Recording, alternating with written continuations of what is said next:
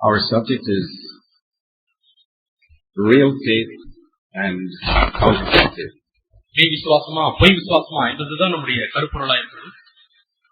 This is such an important subject because many people are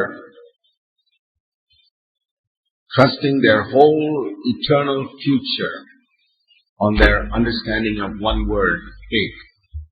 தங்களுடைய முழு நித்தியத்தினுடைய எதிர்காலத்தையே இந்த ஒரு வார்த்தையிலே விசுவாசம் என்ற வார்த்தையின் அடிப்படையிலே வைத்திருக்கிற அப்படின்னாலே தான் இது அவ்வளவு முக்கியமான ஒரு வார்த்தையா இருக்கிறது.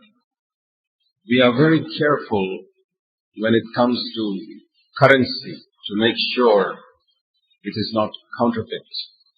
ரூபாய் நோட்டு என்று பார்க்கும் பொழுது அது கள்ள நோட்டா இல்லாதபடி நல்ல நோட்டா இருக்க வேண்டும் என்று நாம் மிகவும் கருத்துள்ளவர்களாக இருக்கிறோம்.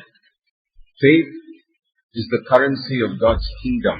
தேவனுடைய ராஜ்யத்தில் இருக்கக்கூடிய ரூபாய் நோட்டு தான் விசுவாசம்.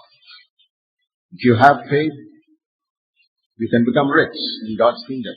உங்களுக்கு விசுவாசம் இருக்குமானால் தேவனுடைய ராஜ்யத்திலே நீங்கள் ஐஸ்வர்யவான்களாய் மாற முடியும்.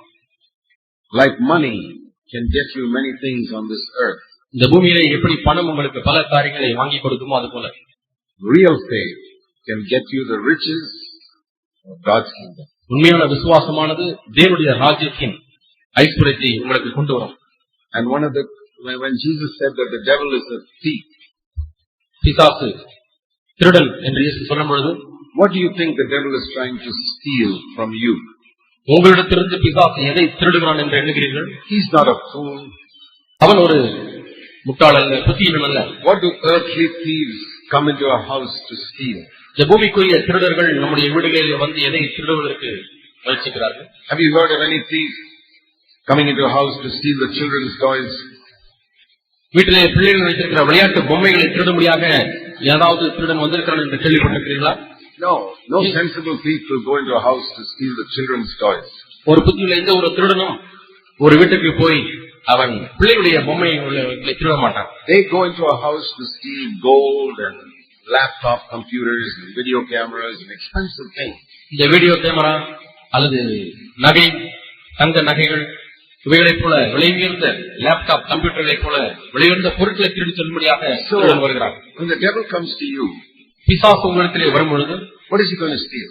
அவன் எதை திருட போகிறான்? He knows what are the things that are of value in God's kingdom. தேவனுடைய ராஜ்யத்திலே மதிப்புள்ளவைகள் எவைகள் என்பதை பிசாசு அறிந்திருக்கிறான். He's not going to steal your money because the devil knows that has got no value in God's kingdom. தேவனுடைய ராஜ்யத்திலே பணத்திற்கு மதிப்பு இல்லை என்பதை பிசாசு அறிந்திருக்கிறபடினாலே உங்களுடைய பணத்தை திருடுவதற்காக பிசாசு உங்கள் வாழ்க்கையிலே வர மாட்டான். The thing he'd like to steal from you is faith. உங்களுடைய வாழ்க்கையிலே விசுவாசத்தை திருடும்படியாகத்தான் பிசாசு வருவான். So that you don't discover the theft, he will replace it with a counterfeit faith. நீங்கள் இந்த விசுவாசம் திருடு போனதை அறியக்கூடாது என்பதற்காக அந்த மெய்யான விசுவாசத்தை திருடிவிட்டு அதற்கு பதிலாக பொய்யான விசுவாசத்தை கொடுத்துவிட்டு போய்விடுவான். And that is why this is one of the most important things that you need to know. ஆகவே தான் நீங்கள் அறிந்து கொள்ளக்கூடிய மிக முக்கியமான ஒரு சத்தியமாக இருக்கிறது. Now, how can we know which is real faith? எது மெய்யான விசுவாசம் என்பதை எப்படி நாம் அறிந்து கொள்ள முடியும்? Today, if you go to a Christian bookshop, most of the books there are on faith. இன்றைக்கு நீங்கள் கிறிஸ்தவ புத்தக சாலைக்கு செல்லுவீர்கள் என்று சொன்னால் அநேக புத்தகங்கள் விசுவாசத்தின் அடிப்படை விசுவாசம் என்ற தலைப்பில் எழுதப்பட்டதாக இருக்கிறது. English books or Tamil books. ஆங்கிலத்தில் எழுதப்பட்ட புத்தகமாக இருந்தாலும் தமிழ் புத்தகமாக இருந்தாலும் சரி. And I want to tell you that most of those books are teaching you not the real faith of God's kingdom. அதிலே காணப்படுகிற அநேக புத்தகங்கள் உண்மையான தேவனுடைய ராஜ்யத்தினுடைய விசுவாசத்தை போதிப்பதில்லை. I want to read to you a verse in Romans chapter 10 and verse 17. ரோமர் 10ஆம் அதிகாரம் 17ஆம் வசனத்தை உங்களுக்கு வாசித்து காண்பிக்க விரும்புகிறேன். Here it speaks about real faith. இங்கே மெய்யான விசுவாசத்தை குறித்து வாசிக்கிறோம். Faith comes from hearing and hearing from the word of Christ. விசுவாசம் கேள்வியினாலே வரும், கேள்வி தேவனுடைய வசனத்தினாலே வரும் என்று ரோமர் 10:17 வாசிக்கிறோம். We can get faith only from God's word. நாம் விசுவாசத்தை தேவனுடைய வார்த்தையிலிருந்து மட்டுமே பெற்றுக்கொள்ள முடியும். It's very important to understand that. இதை நாம் விளங்கிக் கொள்வது மிகவும் முக்கியமானது. If God has not said anything, தேவன் ஒன்றை வைக்காத பட்சத்தில் you cannot have faith for that. அதற்காக நாம் விசுவாசத்தை கொள்ள முடியாது. Abraham is called the father of faith. Abraham விசுவாசத்தின் தகப்பன் என்று அழைக்கப்பட்டான். Do you know why? உங்களுக்கு ஏன் தெரியுமா? Because when he had no children, அவனுக்கு பிள்ளைகள் இல்லாதிருக்கும் பொழுது what did he do? அவன் என்ன செய்தான்? He did not believe and say, yes, I believe that God will give me a child. ஆம், தேவன் எனக்கு ஒரு குழந்தையை தருவார் என்று விசுவாசிக்கிறேன் என்று அவன் சொல்லவில்லை. No. இல்லை. God first spoke to him and said, you are going to have children like the stars of the sky. வானத்தின் நட்சத்திரங்களைப் போல உன்னுடைய சந்ததி விளங்கும் என்று தேவன் அவனிடத்தில் பேசி ஒரு காரியத்தை சொன்னார். Do you know the first time in the Bible where the word believe occurs? விசுவாசம் என்கிற வார்த்தை முதலாவதாக வேதத்தில் எங்கே வருகிறது என்று உங்களுக்கு தெரியுமா? I want you to see that in Genesis chapter 15. அதை நீங்கள் பார்க்கும்படியாக விரும்புகிறேன். ஆதியாகமம் 15ஆம் அதிகாரத்திலே இருக்கிறது. The Bible is a very simple book. வேதம் எளிய ஒரு புத்தகம். Jesus said that clever people will not understand it. ஞானிகள் இதை விளங்கிக் கொள்ள மாட்டார்கள் என்று இயேசு சொன்னார். But those with the heart of a baby will understand it. பாலகரைப் போல இருதயமுடையவர்கள் இதை விளங்கிக் கொள்வார்கள். What does the baby have in his heart? ஒரு குழந்தைக்கு உள்ளத்தில் என்ன இருக்கிறது? Purity. பரிசுத்தம். Humility. தாழ்மை. So if you have purity and humility in heart, ஆகவே உங்களுடைய உள்ளத்திலே பரிசுத்தமும் தாழ்மையும் காணப்படுமேயானால், even if you are not very clever in your mind, நீங்கள் உங்கள் மனதிலே அவ்வளவு அறிவு இல்லாதவர்களாக இருந்தாலும் சரி, நீங்கள் விசுவாசத்தை பெற்றுக் கொள்ள முடியும். Genesis 15. ஆதியாகமம் 15ஆம் அதிகாரம். The Lord one day took Abraham outside his tent in verse 5. 5ஆம் வசனத்திலே, ஆதியாகமம் 15ஆம் அதிகாரம் 5ஆம் வசனத்திலே ஆண்டவர் அவனை கூடாரத்தை விட்டு வெளியே அழைத்து சென்றார். He said, look at the heavens. வானத்தை அண்ணாந்து பார். Can count the stars. நட்சத்திரங்கள் என்ன உன்னால் கூடுமானால் Your seed will be like that. உன்னுடைய சந்ததி இவைகளைப் போல விவனமாய் இருக்கும் என்று சொன்னார். And it says Abraham believed in the Lord. Abraham கர்த்தரை விசுவாசித்தான் என்று சொல்லப்பட்டிருக்கிறது. The first time in the Bible the word believe comes. விசுவாசம் என்கிற அந்த வார்த்தை முதலாக வேதத்திலே வரக்கூடிய விதம் அதுதான். And what did Abraham base his faith on? Abraham தன்னுடைய விசுவாசத்தை அதன் அடிப்படையில் வைத்திருந்தார். My dear brothers and sisters, please understand this and you will not be deceived. என் அருமையான சகோதர சகோதரிகளே, இதை தயவு செய்து நீங்கள் விளங்கிக் கொண்டால் ஒரு காலம் நீங்கள் வஞ்சிக்கப்பட மாட்டீர்கள். He did not base his faith on his own desire, but on what God said. தன்னுடைய சொந்த ஆசை விருப்பத்தின் அடிப்படையில் அவன் விசுவாசத்தை ஏற்படுத்தவில்லை. ஆனால் தேவன் எதை சொன்னாரோ அதன் அடிப்படையில் விசுவாசத்தை வைத்தார். God has spoken something, we can believe it 100%. தேவன் ஒன்றை பேசி இருக்கிறார் என்று சொன்னால் அதை 100% நாம் விசுவாசிக்கலாம். I may have many desires in my heart. என்னுடைய உள்ளத்திலே பல ஆசைகள் எனக்கு இருக்கலாம். I can ask God for it, அதற்காக தேவனிடத்திலே கேட்கலாம். but I can't say I have faith for it. ஆனால் அதற்காக எனக்கு விசுவாசம் இருக்கிறது என்று நான் சொல்ல முடியாது. What did we read in Romans 10:17? ரோமர் 10:17 என்ன வாசித்தோம்? Faith comes by hearing. விசுவாசம் கேள்வினாலே வரும். Hearing by the word of God. கேள்வி தேவனுடைய வசனத்தை கேட்பதினாலே வரும். By the word of God. தேவனுடைய வார்த்தையினாலே. I cannot have faith unless God has spoken first. தேவன் முதலாவது பேசாவிட்டால் நான் விசுவாசம் கொள்ள முடியாது. I must base my faith on the word of God. நான் விசுவாசத்தை தேவனுடைய வார்த்தையின் அடிப்படையில் தான் வைக்க வேண்டும். That's what we see here. அதைத்தான் நாம் இங்கே பார்க்கிறோம். Abraham may have had a desire for many years. ஆபிரகாமுக்கு பிள்ளைகளை வேண்டும் என்று அந்த ஆசை பல ஆண்டுகளாக இருந்திருக்கலாம். See, when God spoke to him here, he was nearly 80 years old. தேவன் இந்த காரியங்களை பேசும்பொழுது ஆபிரகாமுக்கு 80 வயதாக இருந்தது. And he must have had a desire for many years. அநேக ஆண்டுகளாக பிள்ளை வேண்டுமே என்ற ஒரு விருப்பம் அவனுக்கு இருந்திருக்கலாம். You can have a desire for 20-30 years. 20-30 ஆண்டுகளாக விருப்பம் ஆசை அவனுக்கு இருந்து கொண்டே இருந்திருக்கலாம். Supposing Abraham got married when he was around 40. ஆபிரகாமுக்கு 40 வயதாக இருக்கும்போது திருமணமாக வைத்துக் கொள்வோம். Now he's 80. இப்போது 80 வயதாகிவிட்டது. 40 years he would have a desire to have a son. 40 ஆண்டுகளாக நமக்கு ஒரு மகன் பிறக்க மாட்டானா என்ற விருப்பத்தை வைத்திருந்திருப்பார். Desire is not faith. விருப்பம் என்பது விசுவாசம் அல்ல. And you can't have faith on the basis of desire. விருப்பத்தின் அடிப்படையிலே நீங்கள் விசுவாசம் கொள்ள முடியாது.